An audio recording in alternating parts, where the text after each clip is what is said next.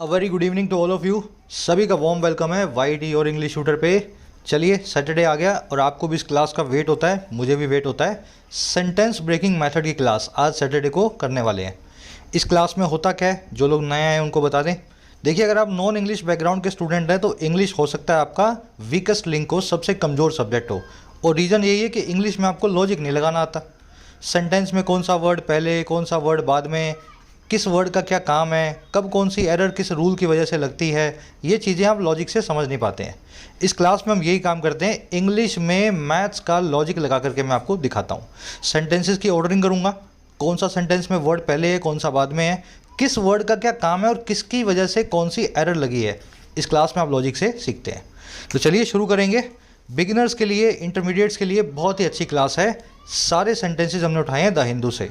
अच्छा, अपनी ऐप को ज़रूर डाउनलोड करें। YT your English shooter Play Store और iOS दोनों पे अवेलेबल है। ऐप का लिंक मिलेगा आपको इसी वीडियो के फर्स्ट कमेंट में।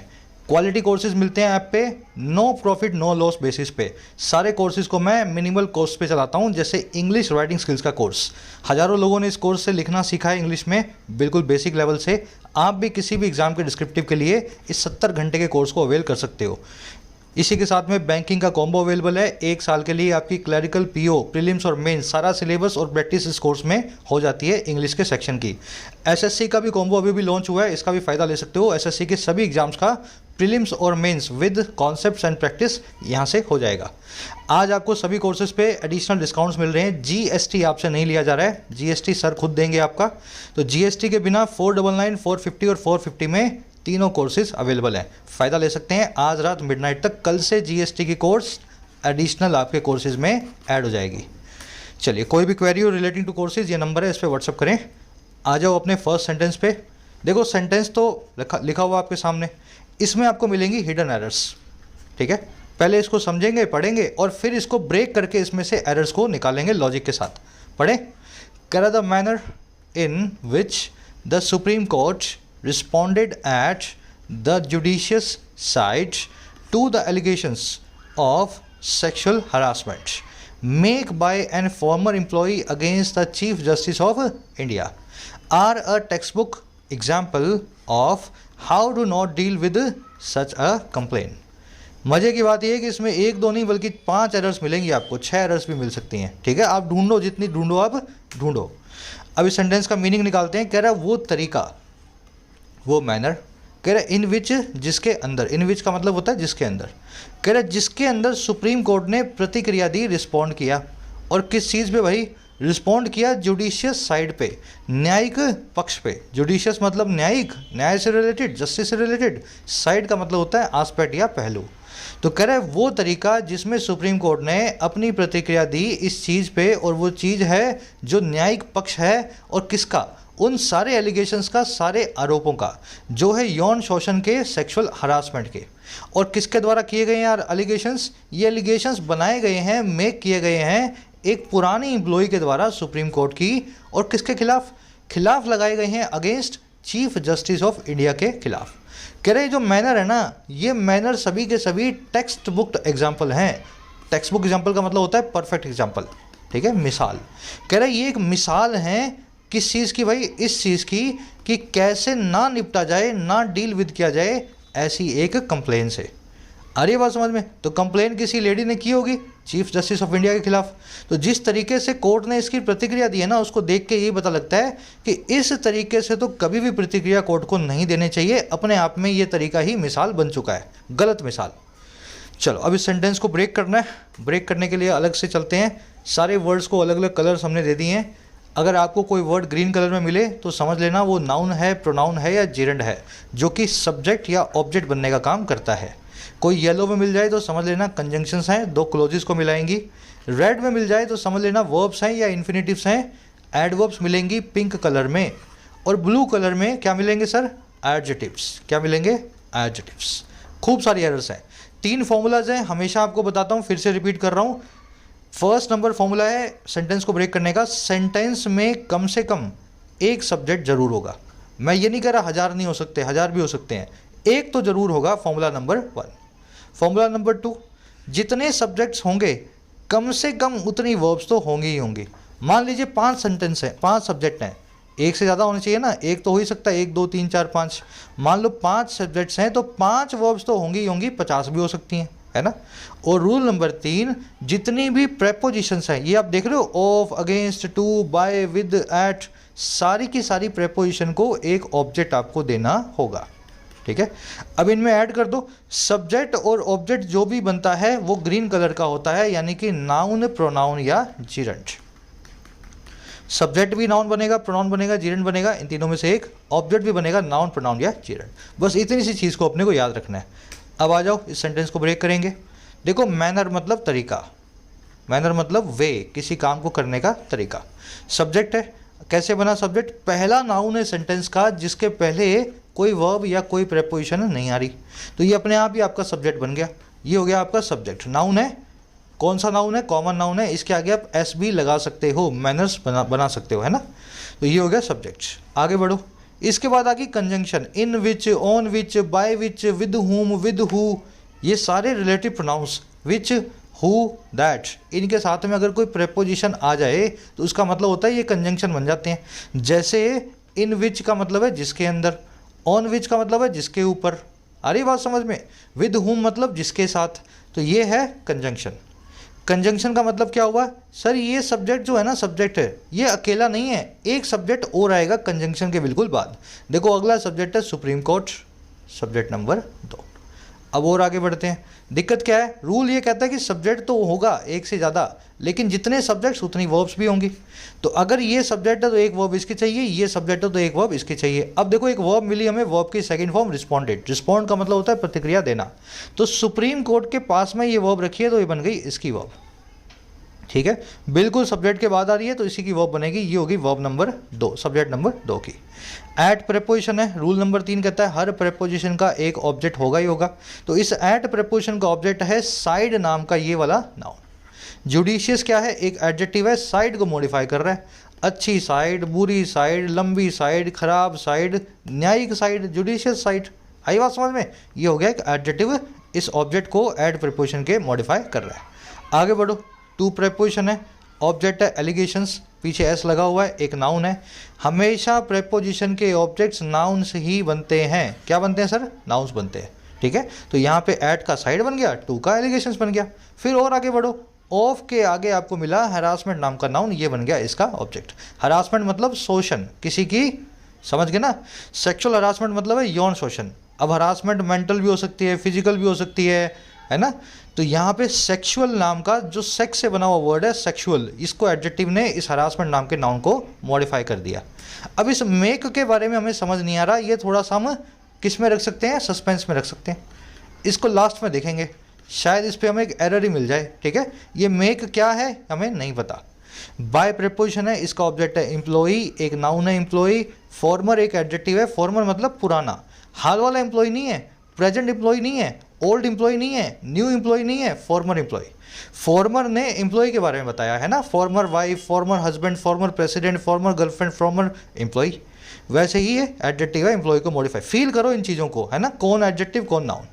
अगेंस्ट प्रेपोजिशन है, इसका ऑब्जेक्ट है chief justice of India, chief justice of India. इसमें ऑफ प्रेपोजिशन है, ऑब्जेक्ट इसका इंडिया है, और चीफ जस्टिस को आप अगेंस्ट का मान सकते हो।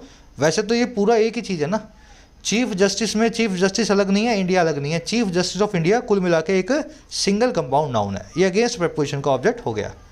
आगे बढ़ो, अब मिल गई आपको वर्ब आर।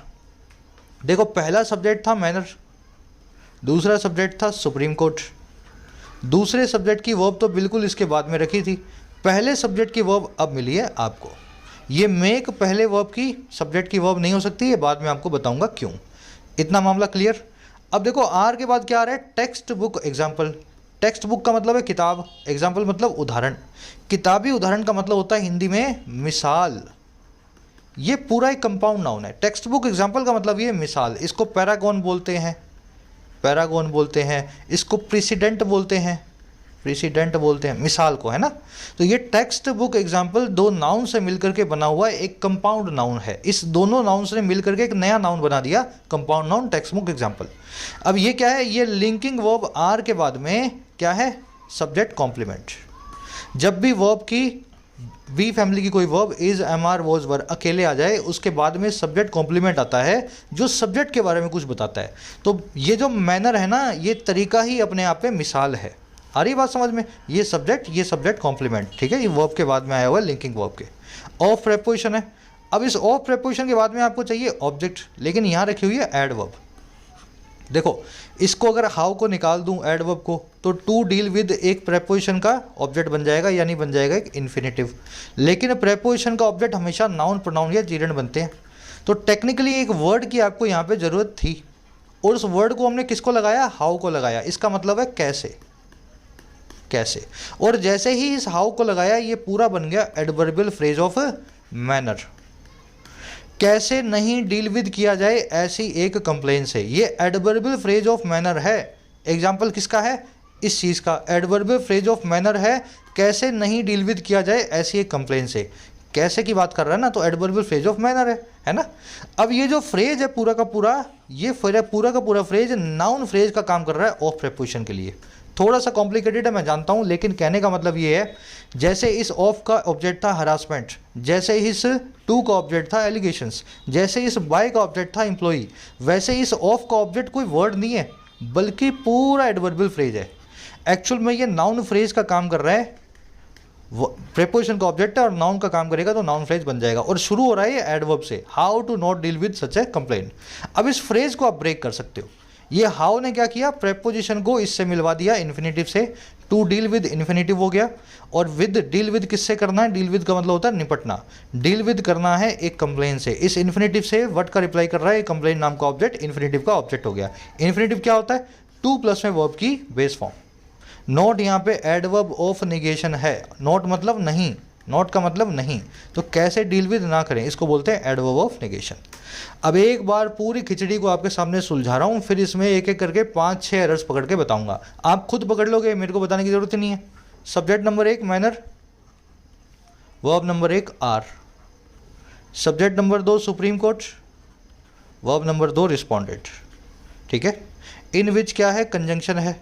कैसे पता लगा? इसने सब्जेक्ट और सब्जेक्ट 2 को मिला दिया। कंजंक्शन का काम यही होता है, 2 सब्जेक्ट्स को एक सेंटेंस में एक साथ लेकर के आना। अब बाकी प्रेपोजिशंस थी। ऐड प्रेपोजिशन है, इसका ऑब्जेक्ट है साइड, जिसको जुडिशियस नाम के एडजेक्टिव ने मॉडिफाई किया। टू प्रेपोजिशन थी, इसका ऑब्जेक्ट है एलिगेशंस। ऑफ प्रेपोजिशन है, इसका ऑब्जेक्ट है हरासमेंट। सेक्सुअल हरासमेंट को, सेक्सुअल ने हरासमेंट को मॉडिफाई किया। मेक के बारे में हमें पता नहीं है, ये है क्या, बाद में देखेंगे। बाय प्रेपोजिशन है, बाय प्रेपोजिशन का ऑब्जेक्ट है एम्प्लॉई। एम्प्लॉई पुराना है, पुराने ने एम्प्लॉई को मॉडिफाई किया। अगेंस्ट प्रेपोजिशन का ऑब्जेक्ट हो गया चीफ जस्टिस ऑफ इंडिया, ये पूरा का पूरा compound noun. Text book example यानी कि एक मिसाल, यानी कि एक पैरागोन, यानी कि एक प्रेसिडेंट, ये बन गया सब्जेक्ट कॉम्प्लीमेंट, सब्जेक्ट के लिए लिंक वर्ब के बाद में आकर के। मैनर इज अ मिसाल, तरीका ही अपने आप में मिसाल है। ऑफ प्रेपोजिशन है, इसका ऑब्जेक्ट है पूरा का पूरा ये नाउन फ्रेज, जो कि एडवर्ब का काम कर रहा है, और इसका नाम क्या है? How to deal with such a complaint. यहाँ पे हाउ जो है एक एडवर्ब है, एक्चुअल में तो ये एडवर्ब है, लेकिन ये क्या कर रही है? काम इसलिए आ रही है कि ऑफ प्रेपोजिशन को इसने डील विद से मिलवा दिया। प्रेपोजिशन अपने बाद में या तो नाउन लेगी, या मतलब प्रोनाउन लेगी, या जीरेंड लेगी, तो ये सीधे सीधे इन्फिनेटिव नहीं ले सकती थी, इसलिए हाउ लगा करके हमने मीनिंग भी निकाल दिया और ऑफ को इससे जोड़ भी दिया। सच एक एडजेक्टिव है, कैसा एग्जाम्पल? ऐसा एक कंप्लेन, सच अ कंप्लेन, कैसे एक ऐसी शिकायत से डील विद करना है। अब एरर्स ढूंढें इसमें। चलो, आज मैंने कुछ नए टाइप के एरर्स रखी हैं। देखो, आपको मैं एग्जाम्पल दिखाता हूँ। जैसे कि to deal with, deal with क्या है? एक इन्फिनेटिव है। इन्फिनेटिव का ऑब्जेक्ट कौन है? कंप्लेन। कंप्लेन क्या है? एक नाउन है। लेकिन अगर आप कंप्लेन नाम के वर्ड को अभी डिक्शनरी में डालोगे, किसको डालोगे? कंप्लेन नाम के वर्ड को। जैसे इस वर्ड को आप डिक्शनरी में डालोगे ना, ये निकलेगा एक वर्ब। आई बात समझ में? आपने एक इन्फिनेटिव का ऑब्जेक्ट एक वर्ब को बना दिया। इन्फिनेटिव का ऑब्जेक्ट जो होता है कभी भी नाउन, प्रोनाउन या जीरेंड के अलावा कोई और नहीं बनता है। तो क्या करें? कंप्लेन वर्ब का मतलब होता है कंप्लेन करना, किसी की शिकायत करना। हमें चाहिए इसकी नाउन फॉर्म, और इसकी नाउन फॉर्म क्या है? सर इसकी नाउन फॉर्म है, देखो यहाँ मिल जाएगी आपको, कंप्लेंट। दिख रही है? कंप्लेंट। कंप्लेनेंट मतलब कंप्लेन करने वाला, कंप्लेनर मतलब कंप्लेन करने वाला, कंप्लेंट मतलब शिकायत। तो आपको सही वर्ड को यूज करना चाहिए और यहाँ पे लिखना चाहिए कंप्लेंट। समझ में आ गई? इन्फिनेटिव का ऑब्जेक्ट जो है नाउन होता है, आपने यूज़ कर दी है वर्ब। कंप्लेन एक वर्ब है, इसका मतलब होता है शिकायत करना। इसके अगर आगे टी लगा दिया जाए तो ये बन जाता है नाउन, इसका मतलब हो जाता है शिकायत। शिकायत नाम का वर्ड आपको यहाँ पे चाहिए। अब आ जाओ एरर नंबर 2। देखो एरर नंबर 2 बड़ी आसान है, आपने बीच में ही पकड़ ली होगी। जब सेंटेंस को ब्रेक किया तो मैनर की वर्ब निकली आर। गलत बात है ना भाई, ये मैनर्स होता तब तो आर ठीक हो जाता, ये तो है ही मैनर, ये तो है ही मैनर। तो क्या सिंगुलर सब्जेक्ट को प्लूरल वर्ब दे सकते हैं? बिल्कुल नहीं दे सकते। और पता कैसे लगेगा? सेंटेंस को ब्रेक करके। अगर आप इस सेंटेंस को ब्रेक नहीं करो ना तो आप समझ ही नहीं पाओ ये एलिगेशंस की वर्ब है या हरासमेंट की वर्ब है या एम्प्लॉय की वर्ब है या साइड की वर्ब है या कोर्ट की वर्ब है या मैनर की वर्ब है। तो जब आप करोगे ब्रेक तभी आप बता पाओगे। एरर नंबर 2, सब्जेक्ट को सिंगुलर वर्ब देनी चाहिए। अब आ जाओ एरर नंबर 3। ढूंढी कहीं मिली, दिखनी चाहिए आपको। चलो अब आएंगे मेक पे। देखो हरासमेंट कौन सी है? जिस हरासमेंट को, एलिगेशन को, देखो एलिगेशन है सेक्सुअल हरासमेंट का, ये वो एलिगेशन है जिसको मेक किया गया एक फॉर्मर एम्प्लॉय के द्वारा। एलिगेशन ऑफ सेक्सुअल हरासमेंट जो है ना, इस पूरे नाउन फ्रेज के लिए, कौन सा allegation? Allegation of sexual harassment. इस पूरे नाउन फ्रेज के लिए, इस पूरे नाउन फ्रेज के लिए ये आया एक एडजेक्टिव। एडजेक्टिव अगर किसी नाउन के लिए आएगा और वर्ब फॉर्म में आएगा तो उसको V3 फॉर्म में लिखा जाता है। आ रही बात समझ में? जैसे आप लिखोगे टूटा हुआ दिल तो आप लिखोगे ब्रेक हार्ट, ब्रेक हार्ट, या फिर इसकी ब्रेक की V3 बना दूं broken heart, broken heart, broken heart. टूटा हुआ दिल मतलब ब्रेक हार्ट नहीं, ब्रोकन हार्ट। वर्ब की थर्ड फॉर्म किसी एडजेक्टिव का काम कर देती है अगर किसी नाउन के बाजू में आ जाए और पास्ट की बात करती है। टूटा हुआ दिल, ब्रोकन हार्ट। लगाए हुए एलिगेशंस, वो एलिगेशन जो मेक किए गए थे, लगाए गए थे एक एम्प्लॉय के द्वारा। तो ये मेक जो है ना एडजेक्टिव का काम करेगा, लेकिन V3 के अंदर यहाँ पे लिखना चाहिए आपको made, made by an former employee. अब आ जाओ एरर नंबर 4 पे। सुप्रीम कोर्ट, चीफ जस्टिस, जितनी भी आप देख रहे हो ना, क्या बड़ी बड़ी डेजिग्नेशंस, सरकारी ऑर्गेनाइजेशंस या सरकारी जो है डेजिग्नेशंस, कोई बड़ा ओहदा हो, कोई पदवी हो, कोई बड़ी जो है, समझ गए ना, कोई भी ट्रस्टी हो, चेयरमैन हो, मैनेजर हो, CEO हो, सुप्रीम कोर्ट का जज हो, उन सब के आगे अपने द लगाते हैं। और किसी भी सरकारी संस्था के आगे भी द लगाते हैं। रिजर्व बैंक ऑफ इंडिया के आगे द लगेगा, यूनाइटेड नेशंस के आगे द लगेगा, WHO की फुल फॉर्म के आगे द लगेगा, है ना। वैसे ही सुप्रीम कोर्ट जो है इसके आगे भी द लगना चाहिए। अब देखो 5वीं एरर, थोड़ा सा टाइम और दे रहा हूं आपको, एक एरर और है इसमें। चलो 5वीं एरर बड़ी आसान है। कभी भी आर्टिकल को यूज करें, आर्टिकल को यूज करें तो वो आर्टिकल किसके हिसाब से आएगा? सर आर्टिकल आएगा हिसाब से नाउन के, मतलब नाउन के लिए आएगा। जैसे कार है, कार है, ठीक है, तो आपको एक कार बतानी है तो आप लगा दोगे अ कार, एन कार थोड़ा ना लगाओगे, आप लगाओगे अ कार। कार की संख्या को बताने के लिए ए या एन में से एक का इस्तेमाल करेंगे। एन तब आता है जब कार के आगे सी की जगह पे कोई और आवाज़ जारी होती, जैसे ए, ई, आई, ओ या ऊ की। इन पांचों में से कोई भी आवाज़ कार को बोलते तो आती ही शुरू में, तो अपने एन को यूज़ करते, नहीं तो यूज़ करते ए को। लेकिन मान लीजिए आपने यहाँ पे लिखा है ए कार, आपने यहाँ पे लिखा है अ कार, ठीक है, अ कार। इसके बीच में मैं यूँ लगा दूँ अगली, अगली, अगली का मतलब होता है बदसूरत, बदसूरत, ठीक है। अब ये ए जो है ना ये एन में बदल जाएगा। आप बोलोगे सर कैसे बदल जाएगा? ए तो कार के लिए आया है, कार की संख्या को बता रहा है, लेकिन बदल जाएगा क्योंकि आर्टिकल्स जो है ना, आर्टिकल्स याद रखिए, उनके लिए आर्टिकल्स आते तो नाउन के लिए हैं, लेकिन आते हैं हिसाब से नाउन से पहले रखे हुए वर्ड के। अगर नाउन से पहले रखा हुआ वर्ड एडजेक्टिव में ऊ की आवाज़ आ रही है तो आर्टिकल एन में बदल जाएगा। आ रहा है अभी भी कार के लिए, संख्या अभी भी कार की बता रहा है, लेकिन ए से नहीं, हम एन से बताएगा। समझ में आ गई? इससे पहले मान लो एडवर्ब लिखियो, एक और एडवर्ब लिखियो, इसके आगे एडवर्ब लिखियो, मान लीजिए ऐसा हो, अ ब्यूटीफुल कार, ठीक है, अ ब्यूटीफुल कार। अब ये आर्टिकल ए बिल्कुल ठीक है ब्यूटीफुल के हिसाब से, लेकिन इससे पहले एक एडवर्ब लगा दूं एक्सट्रीमली, एक बहुत ही ज़्यादा खूबसूरत कार। अब देखो एक्सट्रीमली में आ गया शुरू में तो कार फिर से एन ले लेगी अपने पहले। तो आर्टिकल के बिल्कुल बाद में अगर एडवर्ब आ रही हो, एडजेक्टिव आ रहा हो, जो भी वर्ड उसके एक्सट्रीम जो बिल्कुल बाद में आ रहा हो ना, उसके हिसाब से आर्टिकल अपनी फॉर्म को चेंज कर लेगा ए से एन के अंदर। अल्टीमेटली ये आर्टिकल चाहे कुछ भी आ रहा हो, ब्यूटीफुल, एक्सट्रीमली आ रहा है कार के लिए, ये हमेशा याद रखें। संख्या बताएगा कार की, लेकिन अपना रूप धारण करेगा एडजेक्टिव या एडवर्ब के हिसाब से। अगर इसके बाद में बिल्कुल एडवर्ब आ रही है तो एडवर्ब के हिसाब से, एडवर्ब नहीं आ रही तो अपने बाद वाले एडजेक्टिव के हिसाब से।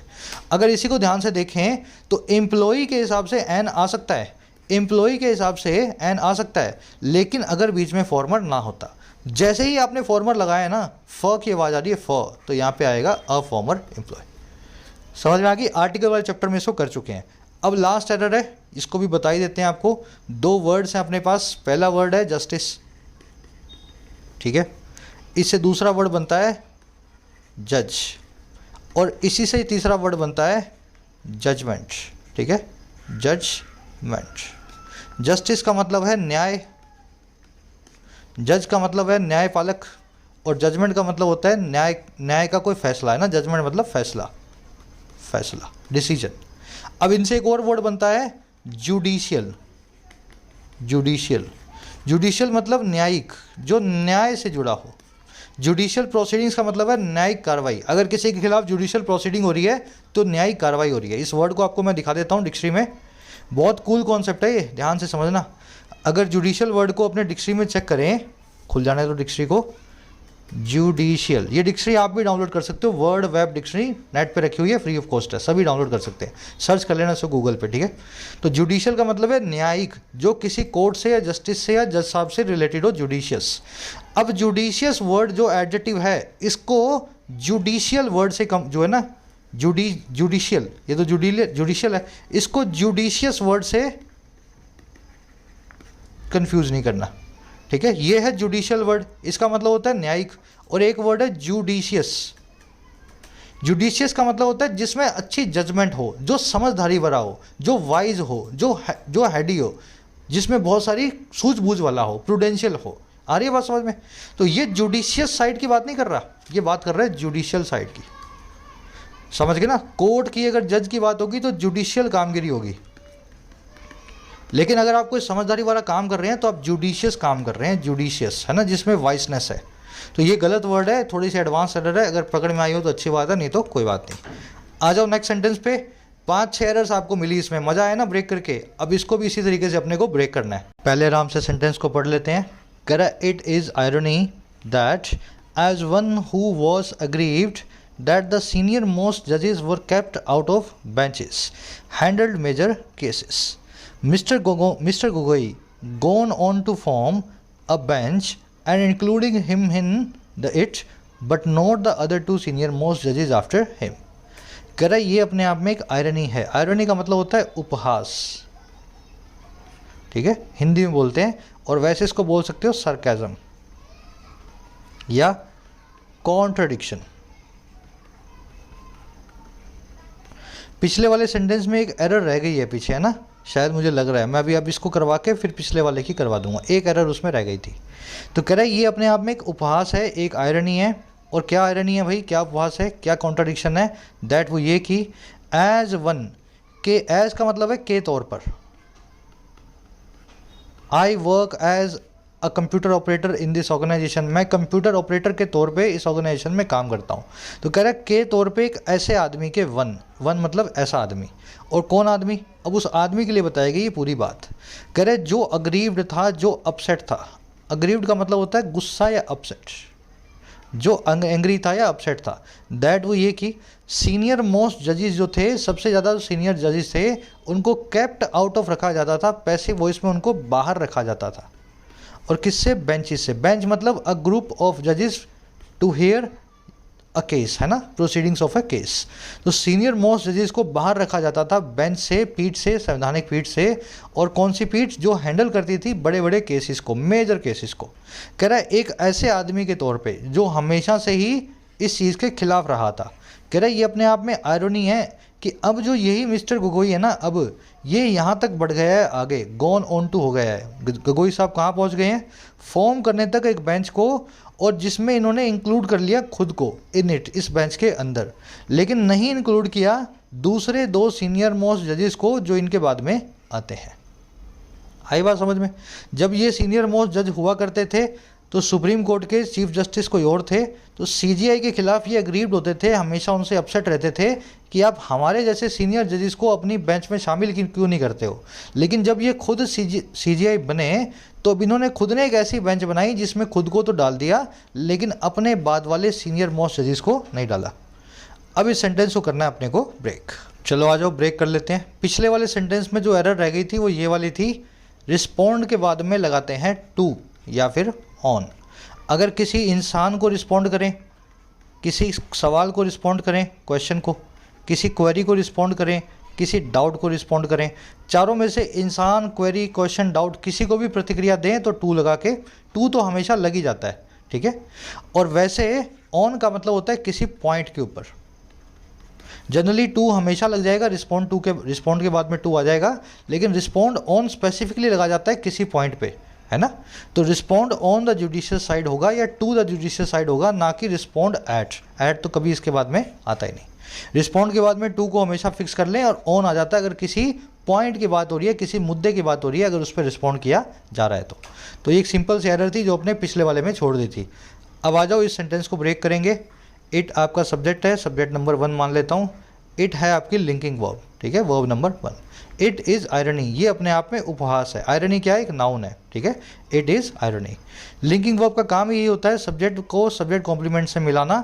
सब्जेक्ट कॉम्प्लीमेंट नाउन भी हो सकता है और एडजेक्टिव भी हो सकता है, ठीक है ना। I am good, he is a teacher, तो गुड एक एडजेक्टिव है, एम के बाद में आ रहा है, और इज़ एक मतलब एक टीचर जो है वो एक नाउन है, इज़ के बाद में आ रहा है। तो बी फैमिली की वर्ब, लिंकिंग वर्ब, चाहे तो नाउन और चाहे एडजेक्टिव अपने बाद में ले सकती हैं।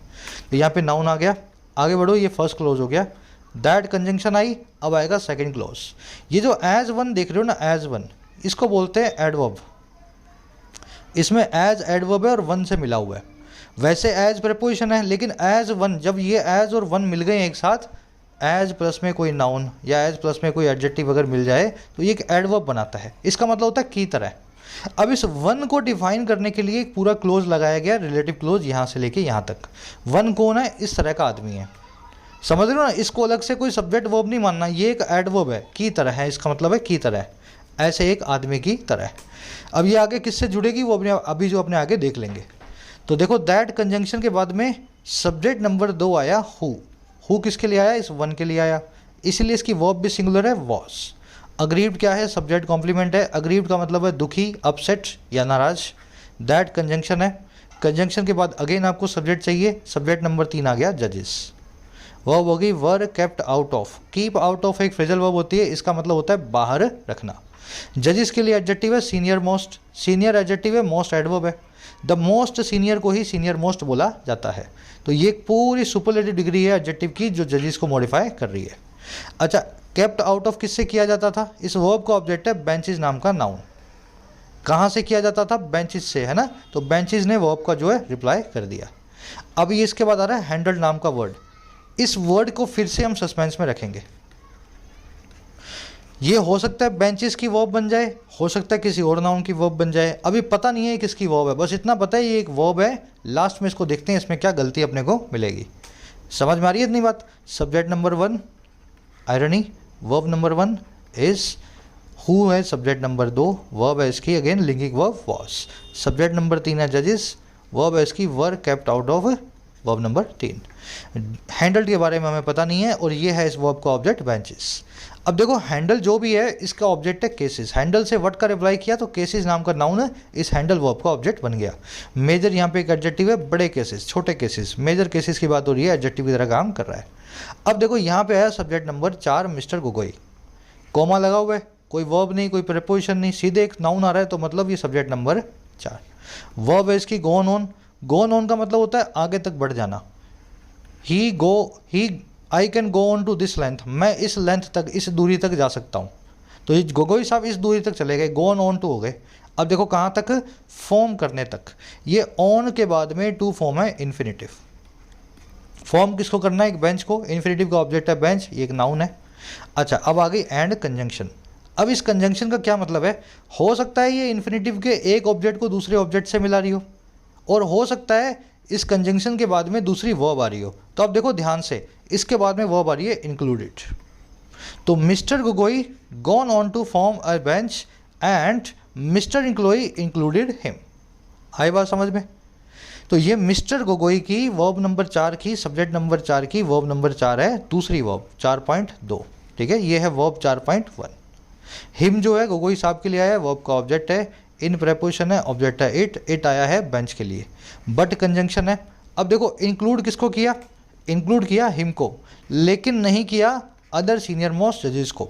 इस वर्ब के दो ऑब्जेक्ट हैं, पहला ऑब्जेक्ट है हिम, दूसरा ऑब्जेक्ट है सीनियर मोस्ट जजेस। दोनों ऑब्जेक्ट किससे मिले हुए हैं, बट नाम की कंजंक्शन से, है ना। नोट है एडवर्ब, इंक्लूड नाम की वर्ब के लिए आई है, अदर एक एडजेक्टिव है, टू एक एडजेक्टिव है, सीनियर मोस्ट एडजेक्टिव की सुपरलेटिव डिग्री है। तीनों ही एडजेक्टिव जजेस नाम के नाउन को मॉडिफाई कर रहे हैं। एक्चुअल में अदर तो कर रहा है टू को, और टू कर रहा है सीनियर मोस्ट को, और सीनियर मोस्ट कर रहा है जजेस को। अरे बात समझ में, तीनों एक दूसरे को मॉडिफाई करते हुए पूरा एक जो है नाउन फ्रेज बना रहे हैं। अब मैं पूरी चीज़ को एक बार रिपीट कर रहा हूँ ताकि अपने फिर एरर्स को ढूंढ सकें। थोड़ा कॉम्प्लिकेटेड सेंटेंस है ये, डरने की ज़रूरत बिल्कुल भी नहीं है, वास्तव में थोड़ा कॉम्प्लिकेटेड है, कन्फ्यूजन आ सकती है। इट है सब्जेक्ट नंबर 1, इसकी verb number 1 is, subject number 2 है हु जो आया है 1 के लिए, इसकी वर्ब नंबर 2 है वॉज। सब्जेक्ट नंबर 3 है जजेस, इसकी वर्ब है पैसिव वॉइस में verb were kept out of. ये पता नहीं किसकी वर्ब है, अभी हमें चेक करना है। सब्जेक्ट नंबर 4 है मिस्टर गोगोई, इसकी दो वर्ब्स हैं, पहली वर्ब है 4.1 गोन ऑन, और दूसरी वर्ब है इंक्लूडेड वर्ब नंबर 4.2। बस अब बाकी की चीज़ों को जोड़ दो। एज वन एक एडवर्बल फ्रेज ऑफ मैनर है, किस तरह से किया भाई, इस तरह के एक आदमी की तरह, as one adverb of manner. Irony subject complement है, इट से जुड़ा हुआ है। दैट कंजंक्शन है, इसने दो क्लोजेस को मिलाया। अगेन दैट कंजंक्शन है, इसने दो क्लोजेस को मिलाया। अग्रीव्ड एक एडजेक्टिव है, सब्जेक्ट कॉम्प्लीमेंट है। हु वॉज अग्रीव्ड जो अपसेट था, हु और अग्रीव्ड एक ही बात है यहाँ पे। जजेस के लिए सीनियर मोस्ट नाम की एडजेक्टिव की सुपरलेटिव डिग्री आई है। द सीनियर मोस्ट जजेस का मतलब द मोस्ट सीनियर जजेस, ऐसा आप समझ सकते हो। Most adverb, senior adjective. Of preposition का इस पूरी वर्ब का ऑब्जेक्ट है बेंचेस, ये अभी चेक करेंगे क्या है। केसेस जो है इस वर्ब का ऑब्जेक्ट है। मेजर एक एडजेक्टिव है। ये गोन ऑन कहाँ हो गए, फॉर्म करने तक, है ना। टू फॉर्म यहाँ पे एक इन्फिनेटिव का काम कर रहा है, टू प्लस है वर्ब की बेस फॉर्म। इस वर्ब बस बेस फॉर्म का जो ऑब्जेक्ट है वो है बेंच। एंड कंजंक्शन के बाद में दूसरी वर्ब मिली हुई है गोगोई की, गोन ऑन और इंक्लूडेड दो। इंक्लूड किया है दो चीज़ों को, ऑब्जेक्ट नंबर 1 हिम और ऑब्जेक्ट नंबर 2 सीनियर मोस्ट जजेस, ऑब्जेक्ट नंबर 2। ये दोनों ऑब्जेक्ट मिले हुए हैं बट कंजंक्शन से, नोट एडवर्ब है। इंक्लूड किया है इसको लेकिन इंक्लूड नहीं किया इनको, ये नोट ने नहीं का काम कर दिया। इन प्रेपोजिशन है, इट इसका ऑब्जेक्ट है। अदर जो है टू को मॉडिफाई कर रहा है, टू जो कर रहा है सीनियर मोस्ट को मॉडिफाई, सीनियर मोस्ट मॉडिफाई कर रहा है जजेस को। तो ऐसे आपका सेंटेंस पूरा का पूरा बना हुआ है। अब मेरे ख्याल से कुछ एक एरर्स आपकी पकड़ में आई होंगी, मिली कि नहीं मिली। चलो सबसे पहली चीज़ ये वर्ब को पकड़ते हैं, ये है क्या। देखो ये कौन सी बेंच है, वो बेंचेज जो हैंडल कर रही है मेजर केसेस को। हैंडल कोई वर्ब यहाँ पे है ही नहीं, हैंडल तो एक एडजेक्टिव है। अब आप बोलोगे सर वर्ब क्यों नहीं है, बेंचेस की वर्ब बना दो। बेंचेज हैंडल्ड मेजर केसेस, अरे बेंचेस तो ऑब्जेक्ट है ना, इनको बाहर रखा गया था बेंचेस से, इस वर्ब ने ऑब्जेक्ट ले लिया बेंचेस को। अगर एक नाउन ऑब्जेक्ट बन जाए अब वो सब्जेक्ट नहीं बन सकता, अगर एक नाउन सब्जेक्ट बन जाए अब वो ऑब्जेक्ट नहीं बन सकता। आ रही है बात समझ में, समझ में आ रही है ना। तो जब इस वर्ब से ये नाउन जुड़ गया, अब इसके लिए ये दूसरी वर्ब नहीं आ सकती, ये ऑलरेडी किसी का गुलाम है, किसी और से जुड़ा हुआ है, अपनी वर्ब नहीं ले पाएगा। तो हैंडल्ड यहाँ पे क्या है, एक एडजेक्टिव का काम कर रहा है। एडजेक्टिव कैसे काम करेगा, या तो वर्ब की थर्ड फॉर्म में या वर्ब की किस में, आईएनजी फॉर्म में। वर्ब की आईएनजी फॉर्म मतलब प्रेजेंट पार्टिसिपल, वर्ब की थर्ड फॉर्म मतलब पास्ट पार्टिसिपल। पास्ट पार्टिसिपल बताता है पास्ट में हुए काम को, प्रेजेंट पार्टिसिपल बताता है प्रेजेंट में हो रहे काम को। तो ये वो बेंचेज हैं जो हैंडल करने वाली हैं मेजर केसेस को। आ रही है बात समझ में, benches handling major cases. Benches वो जो हैं हैंडल करने वाली हैं केसेस को, हैंडल्ड नहीं, हैंडल कर चुकी नहीं, हैंडल करने वाली। तो यहाँ पे हैंडलिंग लिखना चाहिए, वर्ब का आईएनजी फॉर्म पार्टिसिपल ऐसे बनेगा। आगे बात समझ में, या तो यूँ लिख दो benches that handled major cases, और या फिर यूँ लिख दो बेंचेस हैंडलिंग मेजर केसेस। तो ये है इसकी एरर नंबर 1, थोड़ी अच्छी लेवल की है, एडवांस एरर है। अब दूसरी एरर पे आ जाओ। गोगोई साहब की दो वर्ब्स हैं, पहली है गॉन ऑन, दूसरी है included. Included V2, gone on को देखेंगे क्या है, चलो गो ऑन को देख लेते हैं, अभी डिक्शनरी में पता लगेगा अपने को। खुल जा SIM SIM, go, go on. Go on का मतलब होता है आगे तक, यहाँ तक चले जाना किसी एक्टिविटी के अंदर, ठीक है। ये बनी है गो से। गो की फर्स्ट फॉर्म होती है गो, सेकंड फॉर्म होती है वेंट, थर्ड फॉर्म होती है गॉन। लेकिन हमने यहाँ पे V2 लगा के यहाँ लगा दी V3। आ रही बात समझ में? आप यहाँ पे गोन ऑन मत लिखो, यहाँ पे लिखो वेंट ऑन। V3 क्यों नहीं लगा सकते? वर्ब की थर्ड फॉर्म मेन वर्ब बन के तभी आएगी जब उससे पहले हैज़, हैव या हैड होगा। यहाँ पे हैज़, हैव, हैड दिख रहा है कहीं पे? दिख रहा है? I have gone, she has come, they have played. आ रही बात समझ में? हैज़, हैव, हैड आएगा वर्ब की थर्ड फॉर्म से पहले अगर वो वर्ब की थर्ड फॉर्म मेन वर्ब का काम कर रही है। तो ये है तो यहाँ पे मेन वर्ब, लेकिन वर्ब की थर्ड फॉर्म आप नहीं लगा सकते। अब एक काम करना पड़ेगा, यहाँ पे इसको बदल देना पड़ेगा वेंट में। Went on to form a bench and included. ये देखो, ये V2 और ये V2 दोनों जो है मिल गई, दो एरर मिल गई। अब आ जाओ तीसरी एरर पे, मिल रही है कहीं पे, दिख रही है?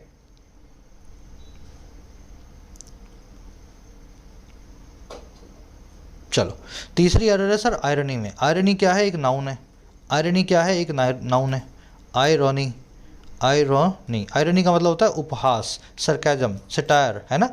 आयरनी क्या है? एक नाउन है। अगर आपने सब्जेक्ट कॉम्प्लीमेंट को यूज़ किया यहाँ पे आयरनी, तो आयरनी सिंगुलर सब्जेक्ट है, सिंगुलर नाउन है, सॉरी सिंगुलर नाउन है। सब्जेक्ट कॉम्प्लीमेंट तो बन जाएगा ये, कोई दिक्कत नहीं है, लेकिन सिंगुलर है तो इसको आप इसके आगे लगाओ ए या एन को। आयरनी के हिसाब से आएगा एन, तो इट इज़ एन आयरनी। अगर आप यहाँ पे ए या एन ना लगाना चाहो तो इसको एडजेक्टिव फॉर्म में बदल सकते हो। एडजेक्टिव फॉर्म आयरनी की क्या होती है? एडजेक्टिव फॉर्म होती है आयरॉनिकल। आयरॉनिकल, देखो आयरॉनिक या आयरॉनिकल, आयरॉनिक या आयरॉनिकल। तो या तो इसको आयरॉनिक लिख दो और या फिर लिख दो इसको आयरॉनिकल, अगर इसके आगे ए या एन नहीं लगाना है तो। और अगर लगाना है तो फिर ए या एन लगाओ और आयरॉनी लिखो, ठीक है। नाउन के आगे, सिंगुलर के आगे एन आएगा, ए नहीं आएगा, एन आएगा आयरॉनी के साथ। तो एरर नंबर 2 हो गई। अब इसकी लास्ट एरर है, चलो लास्ट एरर के लिए आपको आना पड़ेगा इस स्लाइड पे। सारे ऊपर प्रोनाउंस लिखे हुए मैंने, पर्सनल प्रोनाउंस आई वी, एक सेकेंड रुक जाओ। Personal pronouns I we, you singular और प्लूरल, फिर है ही, शी, इट और दे। नीचे ये दोनों नाउन्स हैं, ठीक है। इनकी सारी फॉर्म्स को मैंने आपके सामने लिखा हुआ है। जैसे आई की ऑब्जेक्टिव फॉर्म होती है मी, पजेसिव एडजेक्टिव फॉर्म होती है माई, पजेसिव प्रोनाउन फॉर्म होती है माइन। लेकिन इनकी एक रिफ्लेक्सिव फॉर्म भी होती है, आई की होती है माई सेल्फ। तो जो पजेसिव एडजेक्टिव फॉर्म है उसके आगे इसने सेल्फ लगाया हुआ है। वैसे वी की आवर सेल्व्स, प्लूरल है इसलिए सेल्व्स आ रहा है, आई सिंगुलर होता है तो इसलिए सेल्फ आया है। अच्छा, यू की क्या होती है? योर सेल्फ और योर सेल्फ्स। अगर एक यू है, एक आदमी है तो योर सेल्फ, कई सारे हैं तो योर सेल्फ्स। ही की हिम सेल्फ, यहाँ पे इसकी ऑब्जेक्टिव केस के आगे सेल्फ लगेगा। देखो इधर तो लग रहा था पजेसिव एडजेक्टिव केस के आगे, लेकिन थर्ड पर्सन सिंगुलर प्रोनाउंस के और प्लूरल प्रोनाउंस के आगे ऑब्जेक्टिव केस के आगे सेल्फ लगेगा। तो ही की हिम सेल्फ, शी की हर सेल्फ, इट की इट सेल्फ, और दे की देम सेल्व्स, सेल्व्स। तो ये रिफ्लेक्सिव प्रोनाउंस के सारे फॉर्म है। अब आपको सीखना है इनका यूज़ क्या है रिफ्लेक्सिव वालों का, तो अपने ऑलरेडी कर चुके हैं, बेसिक्स में आपको आता ही होगा।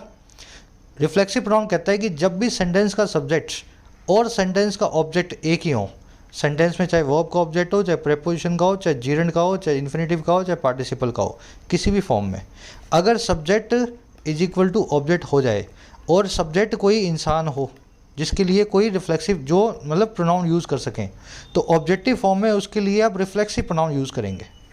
एग्जाम्पल के जरिए समझाता हूँ। Rohan is cooking for him, Rohan cook कर रहा है फूड को अपने आप के लिए। किसके लिए कर रहा है भाई? खुद के लिए। यहाँ पे हिम का मतलब है रोहन, लेकिन हिम को अगर आप वैसे लिख रहे हो ना तो इसका मतलब है किसी आदमी के लिए कुक कर रहा है, किसी दूसरे बॉय के लिए। आ रही बात समझ में? अब या तो यहाँ लिखो Rohan is cooking for Rohan, इससे आपको पता लगेगा, लेकिन थोड़ा सा ऑकवर्ड हो जाएगा sentence. Rohan is cooking for him, him नहीं रोहन, रोहन लिखा तो ऑकवर्ड होगा। तो क्या करें आप यहाँ पे इसकी रिफ्लेक्सिव फॉर्म यूज़ कर दो। रोहन के लिए, ही के लिए रिफ्लेक्सिव फॉर्म होगी हिमसेल्फ। यहाँ पे आप लिखो Rohan is cooking food for himself. ऐसा क्यों हुआ? कुक फूड करने वाला रोहन था और जिसके लिए कुक किया जा रहा है फॉर प्रिपरेशन का ऑब्जेक्ट भी रोहन है। तो जब सब्जेक्ट और ऑब्जेक्ट एक हो जाएं, जब सब्जेक्ट और ऑब्जेक्ट एक हो जाएं सेंटेंस में, तो ऑब्जेक्ट की जगह रिफ्लेक्सिव प्रोनाउन को यूज़ करते हैं। वैसे ही Simran blamed her for the loss, Simran ने खुद को ब्लेम किया इस लॉस के लिए। अब यहाँ पे क्या करेंगे, सिमरन लिखेंगे, या तो सिमरन ब्लेम्ड सिमरन। हर का मतलब है तो किसी और लड़की को लॉस यहाँ पे ब्लेम कर दिया, हम तो ऐसा नहीं कह रहे हैं, हम कह रहे हैं रोहन खुद के लिए खाना बना रहा है और सिमरन ने खुद को ही ब्लेम किया है। तो यहाँ पे सिमरन ब्लेम्ड सिमरन लिखोगे तो सेंटेंस थोड़ा सा ऑकवर्ड हो जाएगा। तो आप लिखो सिमरन ब्लेम्ड हर सेल्फ। इससे पता लग गया कि हर सेल्फ की बात हो रही है, सिमरन ने खुद को ही ब्लेम किया था। वैसे ही द प्रिजनर आस्क्ड द जज to pardon himself but the जज sentenced himself to life. Prisoner ने आस्क किया जज को कि वो पार्डन करे अपने आप को। देखो, प्रिजनर ने किसको आस्क किया, जज को, और जज किसको पार्डन करे, अपने आप को। सब्जेक्ट कौन है, प्रिजनर। जज जो है ना, जज इस इन्फिनेटिव का सब्जेक्ट है। ध्यान ये देने की चीज़ है, अगर जज इस इन्फिनेटिव का सब्जेक्ट है तो इस इन्फिनेटिव के लिए जो रिफ्लेक्सिव यूज़ कर रहे हो ना, वो रिफ्लेक्सिव जज के ऊपर लग जाएगा। सब्जेक्ट और ऑब्जेक्ट वाला जो फॉर्मूला मैंने आपको बताया है, वो इन्फिनेटिव के केस के अंदर अगर इन्फिनेटिव का खुद का सब्जेक्ट हो, जीरेंट का खुद का सब्जेक्ट हो, पार्टिसिपल का खुद का सब्जेक्ट हो, तो उस केस में उस सब्जेक्ट के ऊपर अप्लाई होने लग जाता है। तो यहाँ पे इसका मतलब पता क्या हुआ, प्रिजनर ने जज को बोला, भीख मांगी कि वो पार्डन करे, वो माफ़ कर दे जज अपने आप को ही। जज इस इन्फिनेटिव का सब्जेक्ट है, तो ध्यान रखें इस केस में टू पार्डन हिम। आगे बात समझ में, आस्क द जज टू पार्डन हिम, है ना। बट द जज सेंटेंस्ड हिमसेल्फ टू लाइफ। लेकिन जज साहब ने इसी प्रिजनर को लाइफ का सेंटेंस दे दिया, जीवन जो है जीवन कैद की सज़ा दे दी। यहाँ पे जज सब्जेक्ट है सेंटेंस वर्ब का, सेंटेंस वर्ब के बाद में जो ऑब्जेक्ट आ रहा है, जज के ऊपर रिफ्लेक्सिव लगा दिया है आपने, जज ने खुद को ही सज़ा दे दी है, उम्र कैद की, गलत हो गया, तो आपको यहाँ पे भी लिखना चाहिए हिम। तो इसका मिसयूज़ नहीं कर रहे हैं, हर जगह हिमसेल्फ हर साहब लगा के आ जाओ, मीनिंग देख लेना है। अगर मीनिंग सब्जेक्ट से मैच खा रहा हो तभी इसको यूज़ करना है। जज साहब अगर खुद को ही मौत की सज़ा दे रहे हो या फांसी की सज़ा दे रहे हो या खुद को ही उम्र कैद दे रहे हो, तो जज साहब सेंटेंस हिमसेल्फ ठीक है। लेकिन अगर जज साहब किसी और को दे रहे हैं तो जज के लिए हिमसेल्फ मत लगाया ना। जज ने अगर पार्डन किसी और को करना है तो यहाँ पे हिमसेल्फ मत लगाया ना। जज खुद को माफ़ी नहीं दे सकता, जज खुद को सज़ा नहीं दे सकता। तो ये रिफ्लेक्सिव का चक्कर है। अब ध्यान से देखो, सेंटेंस में भी यही हुआ है। मिस्टर गोगोई ने इंक्लूड कर लिया अपने आप को, एंड इंक्लूडेड हिम। तो यहाँ पे हिम नहीं लिखूंगा, यहाँ लिखूंगा हिमसेल्फ। अपने आप को इंक्लूड किया ना, करने वाला भी गोगोई, इंक्लूड होने वाला भी गोगोई, तो हिमसेल्फ हो गया, है ना। कह रहे लेकिन नहीं किया दो सीनियर मोस्ट जजेस को, टू अदर सीनियर मोस्ट जजेस, तो यहाँ पे हिमसेल्फ आना चाहिए था। चलिए रैप अप करेंगे अपने सेशन को। बेसिक से सिखाने की कोशिश करता हूँ इन सेशंस के जरिए। रेगुलर रहोगे इन क्लासेस में तो आपको ये कॉन्सेप्ट जो है ब्रेक करने वाला बड़ा इजीली आ जाएगा। ये आपका आज का क्वेश्चन है, एक हिडन एरर्स वाला। इसमें आपको 4 से 5 हिडन एरर्स मिलेंगी। सभी लोग इसको ब्रेक करेंगे। नेक्स्ट क्लास को इसी सेंटेंस से मैं शुरू करने वाला हूँ, ठीक है। कम से कम 4-5 एरर्स आपको मिलेंगी। इसी वीडियो के फर्स्ट कमेंट में, पिंड कमेंट में मैं इसकी सही फॉर्म्स को एरर्स के साथ डाल भी रहा हूँ। तो मैच करके बताना आउट ऑफ 4 या 5 कितनी एरर्स आपको मिल पाई। अगली क्लास में यहीं से शुरू करेंगे। एक लाइक और एक शेयर ज़रूर से देना क्लास को। कोई भी क्वेरी हो रिलेटिंग टू कोर्सेज, आज रात तक आपको बिना जीएसटी के कोर्सेज मिल रहे हैं, फ़ायदा ले सकते हो आप। क्वेरी के लिए इस नंबर पे जो है व्हाट्सअप करें, इस नंबर पे आपको रिप्लाई मिल जाएगा। आज रात 12 बजे तक कोर्सेज का फ़ायदा उठा लें। चलिए, अंटिल देन साइनिंग आउट।